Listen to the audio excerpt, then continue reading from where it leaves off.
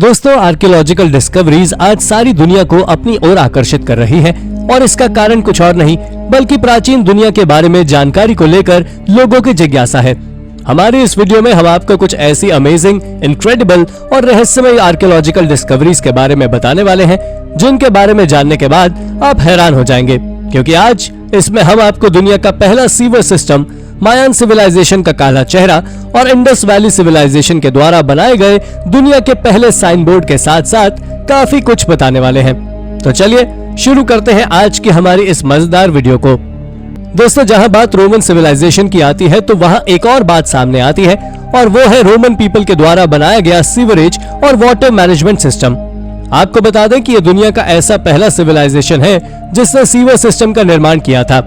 इस बात का खुलासा हाल ही में खोजे गए एक 1800 साल पुराने सीवर सिस्टम के मिलने के बाद हुआ था। इसे इसी साल यानी साल 2022 की मई में एंशिएंट मास्टारा टर्की में किए गए एक एक्सकेवेशन के दौरान खोजा गया था। और तो और इसी प्रोजेक्ट के दौरान वहां साल 2021 में एक अखाड़े को भी खोजा गया था और यह अखाड़ा भी लगभग आज से 1800 साल पुराना है। वैसे तो आज के समय इस सीवर सिस्टम के आसपास तक कोई नदी नहीं है, लेकिन इसके बावजूद भी एक्सपर्ट्स का ऐसा मानना है कि यहाँ पहले एक नदी जरूर हुआ करती होगी और इसी कारण से ये खोज आज एक अमेजिंग डिस्कवरी बनी हुई है। दोस्तों, अगर ईरान की बात करें तो ईरान भी प्राचीन चमत्कारों से भरा हुआ है और उनमें से कुछ एंशिएंट वंडर तो ऐसे भी हैं जिन्हें देखने के बाद आप चौंक जाएंगे। और उन्हीं में से एक है द केव विलेज ऑफ मायमान, जो आज से लगभग 12,000 साल पुराना है, जिनमें से ज्यादातर केव्स में आज भी इंसान रहते हैं। इसके बारे में आर्कियोलॉजिस्ट का मानना है कि ये केव्स किसी रिलीजियस रीजन के कारण बनाई गई थी, लेकिन जैसे जैसे समय बीतता गया वैसे वैसे ये रिलीजियस केव्स परमानेंट घर में बदल गई और आज के समय भी वहां लगभग 600 से अधिक लोग रहते हैं। इसके साथ ही आपको बता दें कि यह जगह इसलिए भी प्रसिद्ध है क्योंकि यहाँ से आज भी 12,000 साल पुराने आर्टिफैक्ट्स और कार्विंग्स देखने को मिल जाते हैं और ये वाकई एक इनक्रेडिबल डिस्कवरी है। दोस्तों, हमारे भारत के जलावरिया नाम के एक प्राचीन शहर से आर्कियोलॉजिस्ट को साल 1956 में दुनिया के सबसे प्राचीन साइन बोर्ड मिले थे। आपको बता दें कि यहाँ से आर्कियोलॉजिस्ट ने जितने भी साइन बोर्ड्स को खोजा था उनमें कुल 10 साइन मौजूद थे और इन्हें आज से 5000 साल पहले इंडस वैली सिविलाइजेशन के द्वारा बनाया गया था। इन सिंबल्स के बारे में तो आर्कियोलॉजिस्ट आज तक पता नहीं कर पाए हैं कि आखिर ये सिंबल किस चीज को रिप्रेजेंट करते हैं, लेकिन आर्कियोलॉजिस्ट ने इतना अंदाजा जरूर लगाया है कि ये सिंबल्स कभी न कभी किसी बिल्डिंग के ऊपर जरूर मौजूद थे। इसके साथ ही ये दुनिया का ऐसा पहला सिविलाइजेशन था जिसने दुनिया के सबसे पहले वाटर स्टोरेज सिस्टम का निर्माण भी किया था। दरअसल इस वाटर स्टोरेज सिस्टम में 2 नालियां बनी हुई थी, जिनमें से एक नॉर्थ में मंसूर की ओर जाती है और वहीं दूसरी साउथ में मनहर की ओर। ये वाकई अद्भुत है। शॉर्पशायर के ऑफिस डाइक में पूरे ब्रिटेन का सबसे बड़ा प्राचीन मॉन्यूमेंट है। यह सच में गजब का अर्थवर्क है जिसे 8th सेंचुरी में बनाया गया था। यह इंग्लैंड और वेल्स की जमीनों के बीच में मौजूद एक फिजिकल बाउंड्री है। इस अर्थवर्क को ऑफिस डाइक नाम से भी जाना जाता था क्योंकि इसे मर्शिया के किंग आफा के ऑर्डर पर बनाया गया था। ये 176 फीट लंबा और 12 फीट ऊंचा है, जिसे बनाने में ना जाने कितने वर्षों का समय लगा होगा। इसके बारे में एक्सपर्ट्स का मानना है कि ये मर्शिया के राजा के द्वारा वेल्स के लोगों को उनके देश में ही रहने के लिए बनाई गई थी ताकि वो सीमा को पार ना कर सके। यह सच में अजीब तरह की प्राचीन क्रिएशन है। दोस्तों, नॉर्वे में वाइकिंग एरा की स्वॉर्ड का मिलना कोई साधारण बात नहीं है, पर हाल ही में आर्कियोलॉजिस्ट ने वहां से एक स्वॉर्ड जरूर खोजी है। आपको बता दें कि इस स्वॉर्ड को लगभग आज से 1000 साल पुराने बरियल माउंट पर विंगियोरा ट्रॉन्डोलॉग में खोजा गया था। इस स्वॉर्ड के डिजाइन को देखते हुए आर्कियोलॉजिस्ट ने इस बात का अंदाजा लगाया था कि यह स्वॉर्ड किसी लेफ्ट हैंडेड योद्धा की थी और वो योद्धा कोई और नहीं बल्कि उसी कब्र के अंदर मौजूद व्यक्ति ही होगा। इसके साथ ही इस बरियल माउंट से 4 और भी ह्यूमन स्केलेटन्स मिले थे। आपको बता दें कि इन सभी ह्यूमन स्केलेटन का आकार तो वाइकिंग एरा के पीपल के जितना ही था और इसके साथ ही वहां से खोजी गई उस तलवार का डिजाइन भी वाइकिंग एरा के दौरान उपयोग होने वाले तलवार की तरह ही था। कराफ्टू की गुफाएं प्रकृति और मानव के द्वारा एक साथ मिलकर बनाई गई एक अद्भुत केव है। दरअसल ये गुफा नेचुरल तरीके से बनी थी, जबकि इंसानों ने इसे रहने के लिए उपयोग में ले लिया। ये ईरान के शहर सकास से लगभग 70 किलोमीटर की दूरी पर स्थित है। आपको जानकर आश्चर्य होगा कि ये केव स्ट्रक्चर समुद्र तल से लगभग 2000 मीटर की ऊंचाई पर स्थित है और अगर आर्कियोलॉजिकल एविडेंस की बात करें तो उनके अनुसार ये गुफा सदियों से मनुष्य द्वारा रहने के लिए उपयोग की जा रही थी। प्राचीन काल के दौरान यह गुफा काफी ज्यादा महत्वपूर्ण थी क्योंकि यह प्रसिद्ध सिल्क रूट पर स्थित है जो यूरोप को चीन से जोड़ता था। इस गुफा के अंदर एक ग्रीक इंस्क्रिप्शन की खोज 19वीं शताब्दी की शुरुआत में यूरोप के खोजकर्ताओं के द्वारा की गई थी, जिस पर लिखा हुआ था कि यह हरक्यूलिस का घर है और जो कोई भी इस गुफा में प्रवेश करेगा वो पूरी तरह सुरक्षित रहेगा। दोस्तों, तिब्बत के बारे में तो आप सभी जानते होंगे कि यह कितनी ज्यादा रहस्यमय जगह है और इसमें से कुछ जगह तो टूरिस्ट के लिए हॉटस्पॉट है। उन्हीं जगहों में से एक है ये पियांग केव, जो कैलाश पर्वत की छाया में स्थित है। इस साइट पर लगभग 1100 से ज्यादा हाथों से कार्व की गई गुफाएं हैं। इनमें से कुछ गुफाएं तो इतनी ज्यादा गहरी हैं कि वो आज तक साइंटिस्ट और आर्कियोलॉजिस्ट के लिए मिस्ट्री बनी हुई है। आपको बता दें कि आर्कियोलॉजिस्ट को इन केव्स में से एक में ह्यूमन सेटलमेंट के एविडेंस भी मिले हैं। इसके साथ ही आर्कियोलॉजिस्ट ने वहां से 200 मेडिटेशन केव्स को भी खोजा है और उन्होंने इन केव्स का पता वहां से खोजे गए आर्किटेक्चर से लगाया है और इसी कारण से ये खोज आज हमारे इनक्रेडिबल आर्कियोलॉजिकल डिस्कवरीज की लिस्ट में है। द दाखले कैंसर केसेस। जब भी कहीं कैंसर का नाम आता है तो आप सभी के मन में केवल एक ख्याल आता होगा कि कैंसर एक मॉडर्न प्रॉब्लम या डिजीज है जो over produce food, alcohol, cigarette और कई और अनहेल्दी फूड्स के चलते हो जाती है। लेकिन अगर मैं आपसे कहूं कि आज से 3000 साल पहले भी लोग कैंसर से पीड़ित हुआ करते थे, तो शायद आप में से ज्यादातर लोग मेरी बात पर विश्वास ना करें, पर यह सच है। दरअसल आर्कियोलॉजिस्ट ने आज से कुछ साल पहले ही दाखले ओएसिस में करीब 1087 इजिप्शियन ममीज को खोजा था जो वहां अपनी अपनी कब्र में दफन थी। आपको बता दें कि वहां से खोजे गए 1087 लोगों की इन ममीज को अलग अलग तरह का कैंसर था। किसी को बॉडी के एक हिस्से में तो किसी को दूसरे हिस्से में कैंसर था। वहां से खोजी गई पहली ममी एक 50 से 60 साल के बीच के आदमी की थी जिसकी मौत कैंसर के चलते हुई थी और उसे रेक्टल कैंसर था। इसके बारे में साइंटिस्ट का मानना था कि इनके इस कैंसर के पीछे का कारण कुछ और नहीं बल्कि ह्यूमन पैपिलोमा वायरस यानी कि HPV था। पर अब जो मैं आपको बताने वाला हूं उसे जानने के बाद आप दंग रह जाएंगे। तो आप जान लीजिए कि जब पहली बार आर्कियोलॉजिस्ट ने इसे खोजा था तो उन्हें इस बात का बिल्कुल भी अंदाजा नहीं था कि इसे कैंसर था। इसका खुलासा तब हुआ जब साइंटिस्ट ने उसकी बोन्स में लेसन्स और होल्स को एक रिसर्च के दौरान एग्जामिन किया। इस एक्सकवेशन के दौरान कुछ ऐसा भी मिला जिसने सबको सिर पकड़ने पर मजबूर कर दिया और वो कुछ और नहीं 3 ममीज थी जो 20 से 35 साल के बीच की थी और उन्हें भी कैंसर था, जबकि आज की जनरेशन तक में इस उम्र में कैंसर होना बहुत रेयर बात है। लेकिन दोस्तों, अब बात आती है कि आखिर जब एंशिएंट इजिप्शियन इतने ज्यादा डेवलप थे तो क्या उनके पास कैंसर का इलाज भी था? तो आपको बता दें कि कैंसर के इलाज के बारे में आपको इजिप्ट की वॉल्स पर कई जगह कार्विंग्स और पेंटिंग्स देखने को मिल जाती हैं, पर साइंटिस्ट इस बात को मानने को तैयार नहीं है और ऐसा इसलिए क्योंकि उनका कहना है कि अगर इजिप्शियन पीपल के पास इसका इलाज होता था तो 1087 मौतें ना होती। पर अगर सोचा जाए तो क्या ये ममीज कैंसर के ट्रीटमेंट से आने के पहले की नहीं हो सकती? ये बात वाकई हैरानी भरी है। Ramesses II। दोस्तों, ये डिस्कवरी इजिप्ट के सिटी ऑफ कायरो में एक मिट्टी के गड्ढे से की गई थी, जहां से जर्मन और इजिप्शियन रिसर्चर्स ने मिलकर एक बहुत विशाल स्टैचू खोजा था। इस स्टैचू को सिटी के आउटस्कर्ट्स में मौजूद एक छोटे मिट्टी के गड्ढे से निकाला गया था, जो उस गड्ढे की दलदली मिट्टी में हजारों सालों से मौजूद था। आपको जानकर हैरानी होगी कि यह स्टैचू करीब 26 फीट लंबा था, जिसे प्योर क्वार्ट्जाइट से बनाया गया था। इसके बारे में एक्सपर्ट्स का मानना है कि यह रामसेस II का स्टैचू है। हाटशेपसुट ट्री। दोस्तों, इजिप्ट में कई ऐसी जगह हैं जो कई सारे रहस्यों से जुड़ी हुई हैं। ऐसी ही जगहों में से एक है नाइल के पास हाटशेपसुट मॉर्चुरी टेम्पल, जहां एक मायर ट्री खड़ा हुआ है जो एंशिएंट टाइम की फेमस क्वीन हाटशेपसुट के इतिहास को बताता है। आपको ये जानकर हैरानी होगी कि ये पेड़ आज से लगभग 3500 साल पुराना है। दरअसल ये पेड़ एक बहुत ही रिस्पेक्टेड रूलर क्वीन हाटशेपसुट का है, जिन्होंने इस क्षेत्र में कई सालों तक शासन किया था।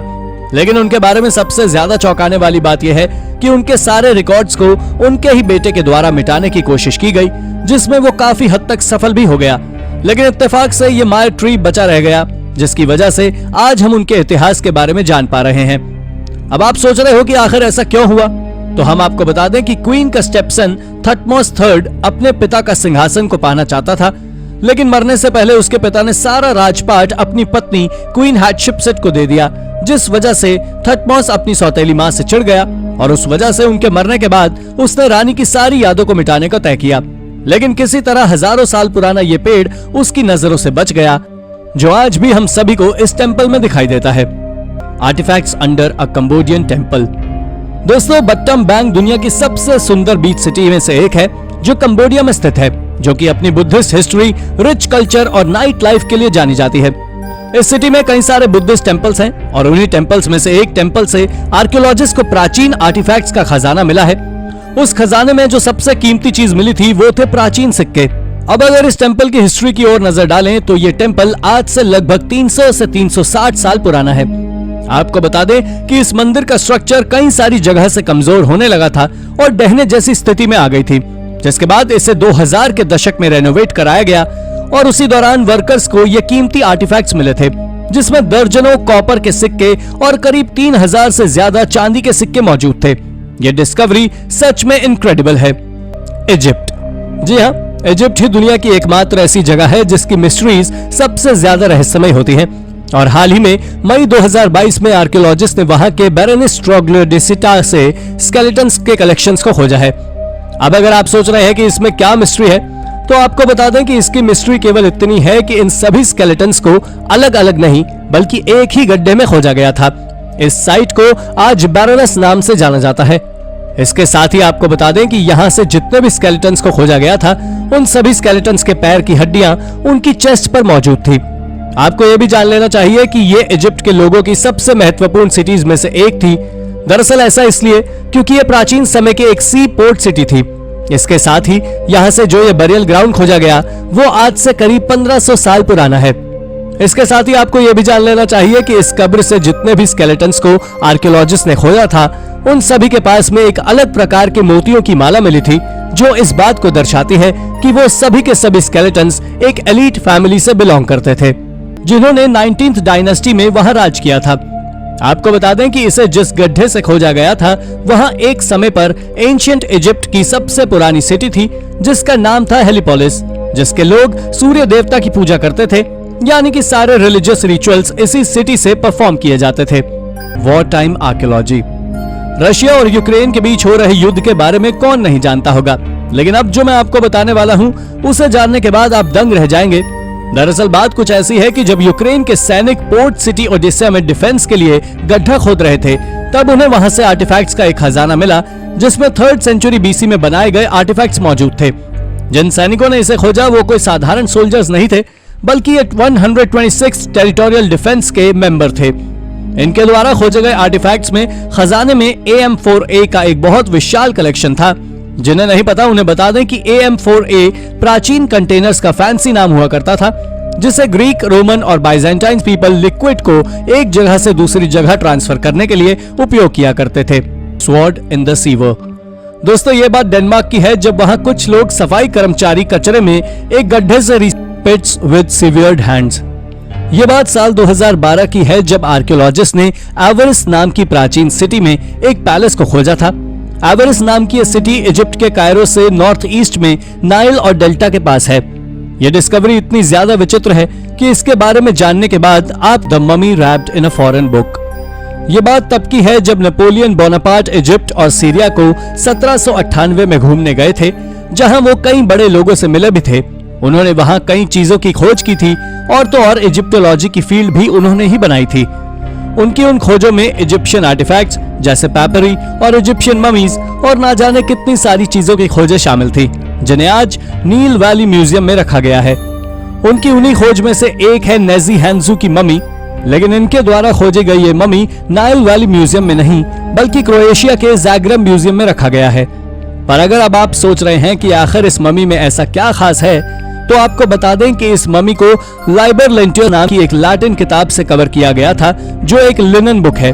इतना सब कुछ जान लेने के बाद अगर आपके मन में ख्याल आ रहा है कि जब इस ममी को नाइल वैली म्यूजियम के मालिक ने खोजा था, तो ये क्रोएशिया के म्यूजियम में कैसे पहुंची, तो आपको बता दें कि जब साल 1848 में ज़ाग्रेब म्यूजियम के मालिक सारी दुनिया के म्यूजियम्स को घूमने निकले, तब उन्होंने इसे देखा और देखते ही खरीद लिया।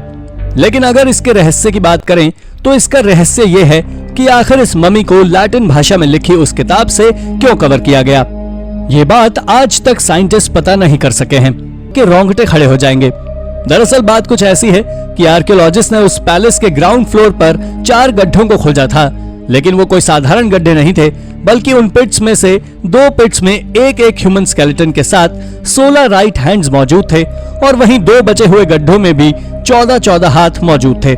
इनमें से 2 गड्ढों को उस पैलेस के थ्रोन रूम यानी राज्यसभा वाले रूम में खोजा गया था और 2 वहीं पास के दूसरे कमरे में मौजूद थे। आपको जानकारी दे दें कि इन खोजे गए हाथों में से कुछ का आकार नॉर्मल हाथ से बड़ा था, तो वहीं कुछ हाथों का आकार इतना ज्यादा बड़ा था कि वो देखने में किसी जायंट की हाथ की तरह नजर आ रहे थे। जब आर्कियोलॉजिस्ट ने वहां से खोजे गए इन हाथों की कार्बन डेटिंग की तो पाया कि ये हाथ आज से 3600 साल पुराने हैं और उस समय पर इस जगह पर हिक्सोस पीपल का राज हुआ करता था, जो इजिप्ट के नॉर्दर्न कैनान पर कब्जा करे हुए थे। एक्सपर्ट्स का मानना तो ये भी है कि ये जो पैलेस उन्होंने खोजा है ये भी एक हिक्सोस रूलर किंग कायान का ही है। इसके साथ ही आर्कियोलॉजिस्ट ने वहां से एक कार्विंग को भी खोजा था जिसमें यह दिखाया गया था कि एक सैनिक दुश्मनों का हाथ काटकर सोने के बदले उसे बेच रहा है और ये इमेज उन हैंड्स के काटे जाने के 400 साल बाद की है। पर वो ऐसा क्यों करते थे, ये बात वाकई रहस्यमयी है। साइकिलिंग के लिए कचरा निकाल रहे थे तभी उन्हें वहां से एक स्वॉर्ड मिली। इस स्वॉर्ड का मिलना कोई साधारण बात नहीं थी क्योंकि ये स्वॉर्ड 12th सेंचुरी में बनाई गई थी, यानी कि ये मिडिवल एरा के दौरान की थी जिसे आज लगभग 1000 साल पूरे हो चुके हैं। आपको बता दें कि जब नॉर्दर्न जटलैंड के हिस्टोरिकल म्यूजियम के आर्कियोलॉजिस्ट केनेथ नियल्सन के द्वारा इस स्वॉर्ड की जांच की गई तब उन्होंने बताया कि ये 1300 के दशक में खो गई थी और उसके बाद इसे हाल ही में उस सिटी के सबसे बड़े और सबसे पुराने कचरे के गड्ढे से खोजा गया है। हालांकि बात इतनी ही नहीं है, आर्कियोलॉजिस्ट ने यह भी पाया है कि इसकी ब्लेड में दोनों ओर धार है। इसके साथ ही वो धार अब भी शार्प है और यह हिस्ट्री की सबसे अजीब खोजों में से एक है। Goddess buried in the field. ये खोज अबू ऐद नाम के एक पैलेस्टीनियन के किसान के द्वारा की गई थी। दरअसल जब वो अपने खेत को जोत रहा था तभी उसे वहां से एक करीब 4500 साल पुराना स्टैचू मिला, लेकिन वो स्टैचू पूरी तरह टूट चुका था और केवल उसका सिर सुरक्षित था। आपको बता दें कि इसके बारे में आर्कियोलॉजिस्ट का मानना है कि ये स्टैचू प्राचीन कैनानाइट गॉडेस एनट का है जो सुंदरता और प्यार के देवता थे। पर उस किसान से जब इसके बारे में पूछा गया तो उसने जवाब दिया कि इस स्टैचू का उसके खेत से मिलना उसके लिए काफी ज्यादा गर्व की बात है और ऐसा इसलिए क्योंकि आपको जान लेना चाहिए कि कैनानाइट दुनिया के सबसे प्राचीन सिविलाइजेशंस में से एक था। लेकिन अब जो मैं आपको बताने वाला हूँ इसे जानने के बाद आप दंग रह जाएंगे। दरअसल बाइबल में भी कैनानाइट्स के गॉड्स के बारे में जिक्र किया गया है, लेकिन इन्हें बाइबल में एक फॉल्स गॉड के रूप में बताया गया है और ये स्टैचू उन्हीं फॉल्स गॉड का है। X in the backyard. दोस्तों ये खोज सच में हैरानी भरी है। इसे एंजेला स्मिथ नाम की औरत के द्वारा अंजाम दिया गया था जो साल 2010। मायान सिविलाइजेशन के बारे में तो आप सभी जानते होंगे, लेकिन इतनी जानकारी के बाद भी मायान सिविलाइजेशन का एक हिस्सा ऐसा है जिसके बारे में शायद अब तक कोई नहीं जान सका है, पर इस खोज के बाद आप जरूर जान जाएंगे। दरअसल हाल ही में आर्कियोलॉजिस्ट ने एक पत्थरों का सेट खोजा है जिसे साल 2019 के दिसंबर में चिचेन इट्जा में खोजा गया था। आर्कियोलॉजिस्ट और एक्सपर्ट्स का एक विशाल स्टोन टैबलेट के बारे में ऐसा मानना है कि इसे ह्यूमन सैक्रिफाइसेस यानी इंसानों की बलि देने के लिए उपयोग किया जाता था। यह पत्थर आज से लगभग 1000 साल पुराना है जो लगभग 5 फीट लंबा और 2 फीट चौड़ा है। पर अब अगर आप सोच रहे हैं कि आर्कियोलॉजिस्ट इतना बड़ा दावा कैसे कर सकते हैं, तो आपको बता दें कि आर्कियोलॉजिस्ट ने इसके ऊपर बने जितने भी हायरोग्लिफ्स को खोजा वो सभी ह्यूमन सैक्रिफाइसेस की ओर ही इशारा करते हैं। ये बात वाकई चौंका देने वाली है। से लेकर 2019 तक यूनाइटेड किंगडम के पेनिस्टोन और स्टॉक ब्रिजेस की लिबरल डेमोक्रेटिक रह चुकी हैं, लेकिन इन्होंने इस खोज को साल 2022 के जनवरी में अंजाम दिया था। दरअसल बात कुछ ऐसी थी कि जब ये अपने बैकयार्ड में पेड़ पौधों को लगाने के लिए मिट्टी को खोद रही थी, उसी दौरान उन्हें वहां से एक ब्रॉन्ज एज का एक्स यानी कि कुल्हाड़ी मिली जो ना जाने पिछले कितने सालों से रस्ट लगी हुई धूल मिट्टी के नीचे दबी हुई थी। इसके बाद उन्होंने उसकी काफी सारी फोटोज को निकाला और उसे सोशल मीडिया पर पोस्ट कर दिया और फिर आर्कियोलॉजिस्ट की नजर उसके ऊपर पड़ी और जब उन्होंने उसकी जांच पड़ताल की तब उन्होंने बताया कि ये ब्रॉन्ज एज के दौरान का आर्टिफैक्ट है। दोस्तों ये इकलौती ऐसी चीज नहीं है जिसे एंजेला ने अपने बैकयार्ड में खोजा हो, बल्कि इसके साथ ना जाने कितने लोगों ने कितने सारे अमेजिंग आर्टिफैक्ट्स को अपने बैकयार्ड से खोजा है। एंशिएंट श्रिपी सॉक। ये बात साल 1913 से 1914 के बीच की है जब इस श्रिपी सॉक को इजिप्ट के एंटोनोपोलिस नाम के शहर में एक एक्सकेवेशन के दौरान जॉन डीमंस जॉनसन नाम के एक पेपरोलॉजिस्ट के द्वारा खोजा गया था। यह आज लंदन के ब्रिटिश म्यूजियम में लोगों के बीच रखा गया है। अब अगर आप सोच रहे हैं कि आखिर इस सॉक में ऐसी क्या खासियत है, तो आपको बता दें ये सॉक 3rd सेंचुरी से 4th सेंचुरी के बीच हाथों से ऊन को बुनकर बनाया गया सॉक है। पर जब साइंटिस्ट इस बात का पता करने निकले कि आखिर ये सॉक किस सिविलाइजेशन या किस राजा का है, तो उन्हें पता लगा कि ये सॉक एक एलीट इजिप्शियन के बच्चे का है। इसके साथ ही हाल ही में हुई रिसर्च से ये बात सामने निकल कर आई है कि इस इजिप्शियन सॉक का कलर अब इतना ज्यादा डिग्रेडेड हो चुका है कि इसे आज के समय किसी टेक्नोलॉजी का उपयोग कर ही देखा जा सकता है। पर जब इसे खोजा गया था तब भी इसका कलर कुछ खास नहीं था। आपको बता दें कि अब जब आर्कियोलॉजिस्ट ने इसके ऊपर रिसर्च की तो उन्हें पता लगा कि ये छोटा इजिप्शियन सॉक में एक ही धागे पर कई तरह रंगों को मिलाकर बनाया गया था। तो इस बात ने सबको हैरानी में डाल दिया कि आखिर 3री से 4थी शताब्दी के बीच इस तरह की कला का उपयोग आखिर कैसे कोई सीख सकता है। पर जैसे जैसे रिसर्च होती जा रही है वैसे वैसे इसके रहस्य सुलझते जा रहे हैं। तो आपको बता दें कि इसके कलर्स को प्लांट डाइज की मदद से बनाया गया था। जैसे रेड कलर मैडा नाम के पेड़ों की जड़ों से बनाया गया था, तो ब्लू कलर प्राचीन जंगली पेड़ों से बनाया गया था और इन कलर को एक दूसरे में मिलाकर कई नए कलर्स को बनाया गया था। ये वाकई 2000 साल पहले की अद्भुत कला है। Mysterious grave stone. यह मिस्टीरियस ग्रेव स्टोन आज से करीब 240 साल पुराना है, जिसे कुआहोगा रिवर के तट के पास ओहियो में खोजा गया था। इस स्टोन का वजन लगभग 200 पाउंड से भी ज्यादा था। इसके साथ ही इसके ऊपर एक इंस्क्रिप्शन भी मौजूद थी जिसे हाथों से कार्व किया गया था। इसके ऊपर थेडियोस जेपेग 1711 से लेकर 1781 लिखा हुआ था। हालांकि इसमें जो सबसे अद्भुत चीज थी वो कुछ और नहीं बल्कि इसके ऊपर बना हुआ एक क्रॉस साइन था। आर्कियोलॉजिस्ट आज तक इस बात का पता तो नहीं लगा पाए हैं कि आखिर ये ग्रेव किसकी थी, पर हाल ही में उन्होंने इस बात का पता जरूर लगाया है कि ये ग्रेव जिसकी भी है उसकी मौत यूरोपियंस के द्वारा ओहियो को सेटल करने के पहले ही हो गई थी। इस ग्रेव स्टोन को पहली बार एक मछली पकड़ने वाले के द्वारा खोजा गया था, जिसके बाद उसने हिस्टोरिकल सोसाइटी से कांटेक्ट किया और तब जाकर इसके ऊपर आर्कियोलॉजिकल रिसर्च की गई। The beer opener teeth. दोस्तों, साउथ अमेरिका में खेलों के मामले में रग्बी एक ऐसा गेम है जो काफी ज्यादा प्रसिद्ध और लोकप्रिय है। इस कॉन्टिनेंट में लोग इस गेम को खेलना और देखना काफी ज्यादा पसंद करते हैं। यहाँ पर इस खेल की फैन फॉलोइंग उतनी ही है जितनी कि इंडिया में क्रिकेट की। लेकिन इस खेल से जुड़े खिलाड़ियों की बात करें तो इन खिलाड़ियों के खेल के साथ साथ बियर से काफी ज्यादा प्यार होता है, जिस वजह से ज्यादातर रग्बी खिलाड़ी बियर ड्रिंकिंग क्लब्स के मेंबर्स होते हैं। हालांकि खेल के दौरान आई डेंटल इंजरीज की वजह से इन प्लेयर्स को बियर को अपने दांतों से खोलने में काफी दिक्कत होती है और इस दिक्कत को दूर करने के लिए अर्जेंटीना की एक बियर कंपनी ने कुछ ऐसा डिस्कवर किया जिसने लोगों के होश उड़ा दिए हैं। इस कंपनी ने बियर ओपनर के डिजाइन में एक टीथ तैयार किया जिसे खराब और टूटे दांत की जगह सर्जरी करके फिक्स किया जा सके।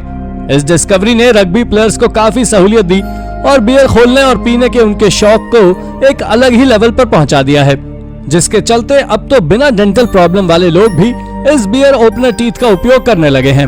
Oldest rifle in the Minnesota. दोस्तों, ये खोज 1960 के दशक की है, जब आर्कियोलॉजिस्ट ने मिनेसोटा में लोअर हिल लेक के पास से एक रेलिक खोजा था और ये रेलिक देखने में राइफल के पीछे लगे हुए बट यानी कि स्टॉक था। आपको बता दें कि ये स्टॉक देखने में काफी ज्यादा पुराना था, क्योंकि अब आप जरा इसके डिजाइन को ही देख लीजिए, जिसमें एक पानी में रहने वाला सर्पेंट यानी कि सांप बना हुआ है। इसके बारे में लोकल हिस्टोरियन रे नैंसल ने बताया था कि ये राइफल्स पुराने यूरोपियंस के द्वारा नेटिव अमेरिकन के साथ डील करने के दौरान उपयोग की जाती है। इसके साथ ही ये मिनेसोटा में खोजा गया अब तक का सबसे पुराना राइफल आर्टिफैक्ट है, जो आज क्रो विंग काउंटी म्यूजियम में है और ये खोज वाकई गजब है। Reptile in the Alps. हाल ही में एक आर्कियोलॉजिस्ट को विशाल मरीन रेप्टाइल का दांत मिला है, जिसे स्विस एल्प्स की ऊंचाई में खोजा गया है।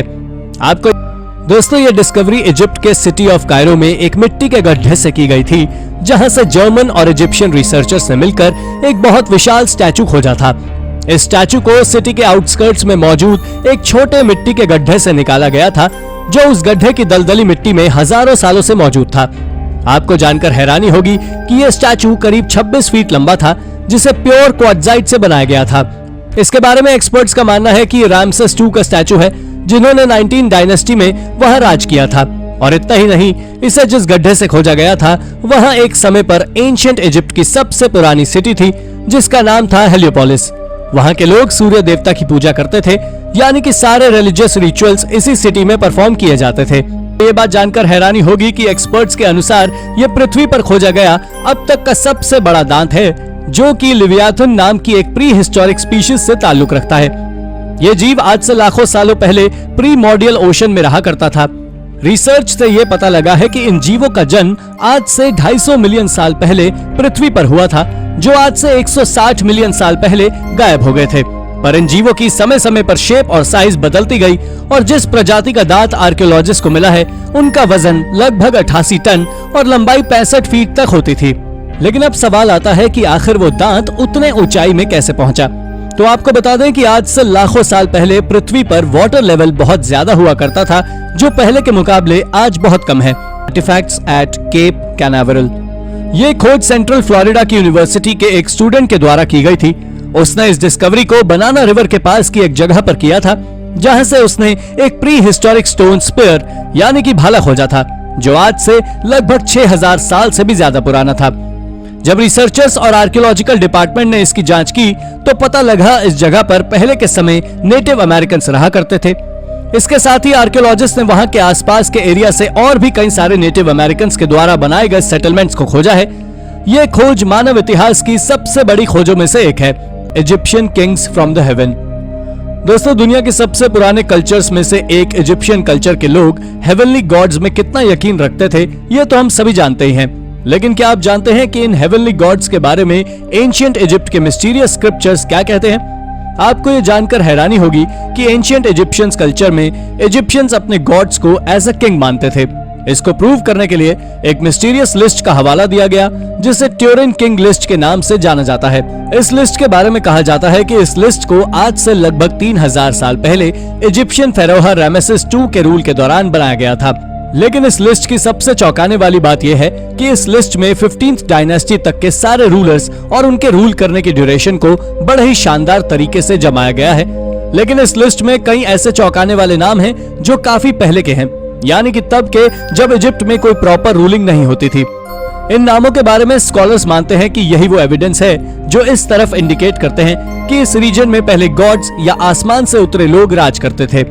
हालांकि सच्चाई क्या है क्या नहीं ये तो नहीं पता, लेकिन इस लिस्ट ने इस चैप्टर को जरूर थोड़ा सा सस्पेंसफुल बना दिया है कि आखिर इजिप्शियन सच में इस बात को मानते थे कि उन पर भगवानों ने राज किया है। The sphere of destiny. दोस्तों, पूरी दुनिया में शायद ही ऐसी कोई हिस्टोरिकल चीज होगी जिसके इतने सारे नाम हो, जैसे Holi lens, the lens of Longinus, the sphere of Longinus और स्पेयर ऑफ क्राइस्ट। कहा जाता है कि इसी लैंस से जीसस क्राइस्ट को क्रॉस पर क्रूसिफाइड किया गया था और इसकी पूरी जानकारी गॉस्पेल ऑफ जॉन बुक में पढ़ने को मिलती है। आपको जानकर शौक लगेगा कि ये स्पेयर 300 AD के आसपास हेलेना ऑफ कॉन्स्टेंटिनोपल द्वारा ट्रैवलिंग के दौरान खोजी गई। हालांकि आज ये स्पेयर कहाँ है किसी को भी इसकी जानकारी नहीं है। आपको जानकर अजीब लगेगा कि एडोल्फ हिटलर इस स्पेयर से इतना ज्यादा ऑब्सेस था कि उसने इसे ढूंढने के लिए कई लोगों को लगा रखा था और ढूंढने वाले को इनाम देने का वादा किया था। और शायद यही कारण है जिसने मिडिल एज में इस स्पेयर को बहुत ही इंपॉर्टेंट रेलिक बना दिया था। एक्सपर्ट डॉक्टर हार्वर्ड बुशनर के अनुसार इसे वर्ल्ड वॉर II के बाद नाजी के खजाने के साथ अंटार्कटिका भेज दिया गया था और फिर 1970s में इसे नाजी की सीक्रेट सोसाइटी में रीडिस्कवर किया गया, जो आज यूरोप में हिडन है। वेल दोस्तों, इन सभी बातों में कितनी सच्चाई है ये अभी तक एक मिस्ट्री ही बनी है जिसे कोई भी सुलझा नहीं पाया है। The first exorcism. दोस्तों, आपने कई लोगों को देखा होगा जो अजीब अजीब तरीकों से भूत भगाने के दावे किया करते हैं, लेकिन क्या आप जानते हैं कि दुनिया में सबसे पहली बार भूत भगाने की शुरुआत, जिसे एक्सॉर्सिज्म कहा जाता है, वो कब हुआ था? नहीं जानते तो चलिए हम आपको बताते हैं कि आखिर इसकी शुरुआत कहां से हुई। तो दोस्तों, इसकी शुरुआत साल 1590 में हुई थी, जब फ्रांस के राजा किंग हेनरी IV ने मार्थ ब्रोसियर नाम की लड़की का एक्सॉर्सिज्म करवाया था। इस लड़की के बारे में क्लेम किया जाता था कि इस लड़की के अंदर कोई आत्मा है, जिस वजह से इस लड़की की आंखें और आवाज अजीब प्रकार की डरावनी हो जाती है, जिसके चलते वो लोगों को डराकर उनको लूटने का काम करती है। इसलिए किंग हेनरी ने इसकी पोल खोलने के लिए एक्सॉर्सिज्म करवाया, जिसमें पहले क्लेम किया गया कि होली वाटर और सैक्रेड हाइम से भूत को भगाया जाएगा। हालांकि बाद में पता चला कि यह सब एक ड्रामा था जिसमें नॉर्मल वाटर और लैटिन पोएट्री का यूज किया गया था।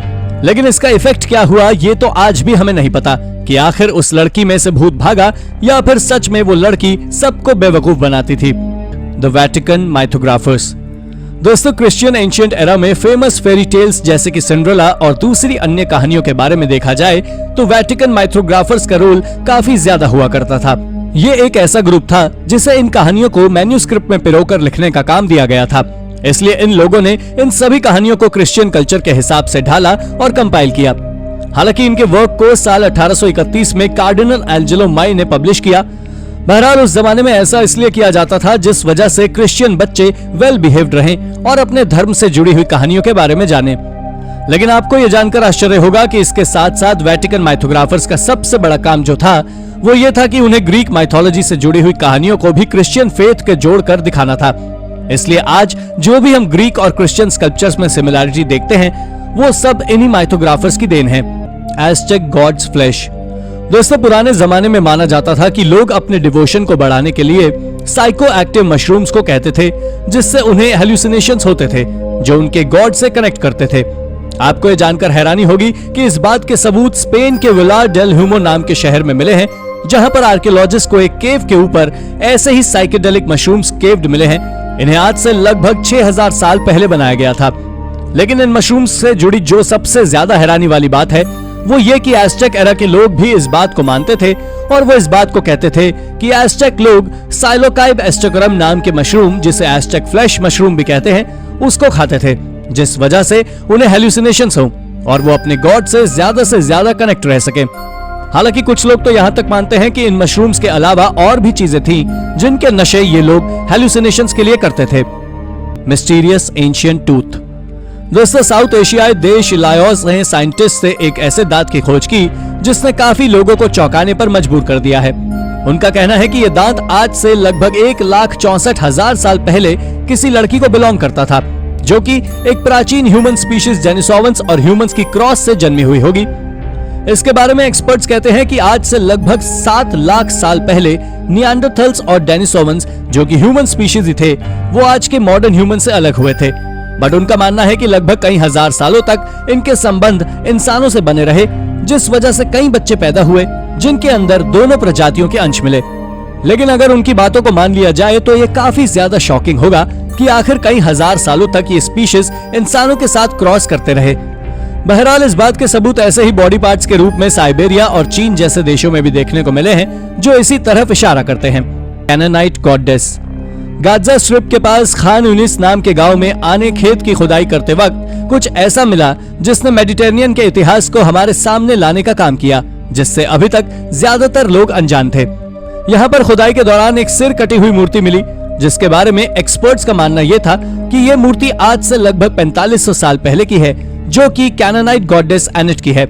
आपको ये शायद ही पहले पता हो कि कैनानाइट गॉडेस एनेट को लव, ब्यूटी और वॉर माइथोलॉजी की देवी के रूप में पूजा जाता है। कैनानाइट वो लोग होते थे जो आज के इजराइल, सीरिया, पैलेस्टाइन, जॉर्डन और लेबनान के रीजन में रहा करते हैं। कहते हैं कि गॉडेस एनेट को पूरे मेडिटेरेनियन रीजन में पूजा जाता था। बस अंतर इतना है कि ग्रीक माइथोलॉजी में एनेट को एथेना के रूप में जाना जाता है। Stonehenge hunting पिट्स। हाल ही में यूरोप के प्रसिद्ध स्टोनहेंज से जुड़ी एक खोज सामने आई जिसने लोगों को चौंका दिया है। दरअसल इस खोज में बर्मिंघम यूनिवर्सिटी के आर्कियोलॉजिस्ट ने हिस्टोरिक एरा के हंटिंग पिट्स को खोज निकाला, जो हजारों सालों नीचे दबे हुए थे। एक्सपर्ट्स की माने तो इन पिट्स का उपयोग प्री हिस्टोरिक एरा के हंटर्स जानवरों को अपने जाल में फंसाकर उनके शिकार करने के लिए यूज करते थे। आर्कियोलॉजिस्ट के मुताबिक ये पूरी साइट 8200 बीसी से लेकर 7800 बीसी के बीच बनाई गई थी, जिसमें से कई पिट्स तो लगभग 10,000 साल पुराने भी हैं। लेकिन इन पिट्स की सबसे चौंकाने वाली बात जो है वो ये है कि ये पिट्स इतने बड़े हैं कि जिसमें हाथी जैसे बड़े बड़े जानवर भी आसानी से फंस सकते हैं, जो कि उस जमाने के हिसाब से काफी बड़ी बात है। इनमें से एक पिट तो 13 बाय 6.5 फीट का है। The secret Greek gods.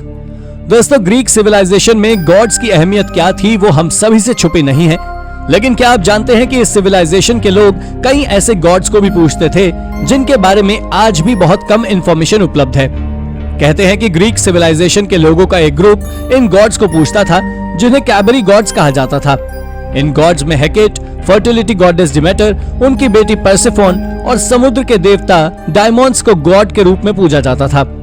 In God's को जिस जगह पूजा जाता था उसे सैमोथेरस गॉड कॉम्प्लेक्स या सैंक्चुरी ऑफ ग्रेट गॉड्स कहा जाता है, जो कि ग्रीस में आज भी मौजूद है।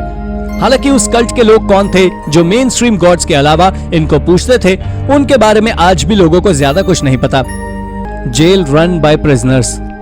आप सभी ने जेलों के बारे में सुना ही होगा। काल कोठरी और छोटे छोटे सेल्स वाली जेलें, जहां पर इंसानों का तो ठीक जानवरों तक का रहने का मन नहीं करे। लेकिन बोलिविया के लापाज में बनी सैन पेड्रो जेल ने तो जेलों के बारे में एक अलग ही तस्वीर पेश कर दी। इस जेल में कैदियों के पास इतनी सुविधाएं होती हैं जितनी किसी भी देश की जेलों पर नहीं होती। यहाँ पर कैदी अपने परिवार वालों के साथ रह सकते हैं। इस जेल में होटल्स, पार्क्स और एंटरटेनमेंट के कई ऐसे साधन हैं जिनका यूज यहाँ पर रहने वाले कैदी पैसे देकर कर सकते हैं। इस जेल के आसपास रहने वाले लोग ही इस जेल को मेंटेन और रेगुलेट करते हैं। साथ ही यहाँ आने वाले कैदियों को एक एग्रीमेंट साइन करना पड़ता है जिसमें वो अपनी रिक्वायरमेंट के हिसाब से अपने लिए रूम और फ्लैट बुक कर सकते हैं। ओवरऑल ये जेल ना होकर अपने आप में कैदियों की एक अलग ही दुनिया है जो पूरे विश्व में अनोखी है। Peruvian Annabelle. हॉलीवुड की हॉरर मूवी एनाबेल किसने नहीं देखी होगी। इस मूवी में एनाबेल नाम की गुड़िया को डरावनी और मोस्ट स्केरियस्ट कैरेक्टर के रूप में दिखाया गया है जो लोगों को बहुत डराती है। हालांकि वो तो सिर्फ एक मूवी है, लेकिन साउथ अमेरिकी देश पेरू में रहने वाली न्यूनेस फैमिली के घर एक एक गुड़िया की कहानी बिल्कुल एनाबेल जैसी है। इस फैमिली के पास भी एक ब्लू आईज और ब्लॉन्ड हेयर वाली एक गुड़िया है जिसका नाम सरिता है, जिसको लेकर वो क्लेम करते हैं कि उसमें आत्माओं का घर है। वो लोग कहते हैं कि उनके सोने के बाद ये गुड़िया पूरे घर में घूमती है और अजीब अजीब प्रकार की आवाजें निकालती है और उनको परेशान करती है। हालांकि इससे छुटकारा पाने के लिए उन्होंने कई उपाय करने की कोशिश की, लेकिन उन्हें अभी भी इस गुड़िया की काली ताकतों से छुटकारा नहीं मिल पाया है। मिस्टीरियस ब्लैक गू। दोस्तों, इस खोज के बाद आप जरूर इजिप्शियन पीपल के रहस्यमय होने का अंदाजा लगा सकते हैं। दरअसल बात कुछ ऐसी है कि एंशिएंट इजिप्ट के लोग मरे हुए लोगों को दफनाने के लिए कई अलग अलग तरह के तरीकों का उपयोग किया करते थे और उन्हीं में से एक है ये रहस्यमय ब्लैक गू, जिसे अब तक कई सारे एंशिएंट इजिप्ट के ममी केसेस पर खोजा जा चुका है। जिसका सबसे अच्छा एग्जाम्पल जेड हैंसन इवांका का ममी कॉफिन है जो पूरी तरह उस ब्लैक गू से कवर्ड था। आपको जान लेना चाहिए कि जेड हंसुआ इवांका आज से 3000 साल पहले इजिप्ट में रहा करते थे, जिन्होंने ना जाने कितने सालों तक एनेक के एमोन टेम्पल में एक हाई प्रीस्ट के रूप में अपना काम किया है। पर इनकी मौत के बाद इन्हें ममी बनाकर एक कॉफिन में रखा गया और उसके बाद इनके इस कॉफिन को प्लास्टर से कवर किया गया और उस कॉफिन पर बने चेहरे को सोने की पत्तियों से सजाया गया। और तो और इसके बाद इस कॉफिन को गर्म ब्लैक गू से कवर कर दिया गया। आपको जानकारी दे दें कि जेड हैंसुआ इवांका का कॉफिन कोई इकलौता कॉफिन नहीं है जिसे ब्लैक गू से कवर किया गया हो, बल्कि इसके साथ ही इजिप्ट में कई सारे और भी ऐसे कॉफिन्स को खोजा जा चुका है जो पूरी तरह ब्लैक गू से कवर्ड थे। दोस्तों, तूतनखामुन के टूम्ब के अंदर भी कई लीटर ब्लैक गू मौजूद था, पर जब हाल ही में ब्रिटिश यूनिवर्सिटीज ने इसके ऊपर रिसर्च की तो पाया कि ये black goo plant oil, animal fat, tree resin, beeswax और बिटुमिन जैसी चीजों को मिलाकर बनाया जाता था। लेकिन आखिर इसका उपयोग किस पर्पस के लिए किया जाता था, इस बात का अंदाजा आज भी किसी को नहीं है। और अगर इसे सेफ्टी के लिए उपयोग किया जाता था तो इसे कुछ ही कॉफिन्स में क्यों इस्तेमाल किया गया, ये बातें आज भी रहस्य ही है।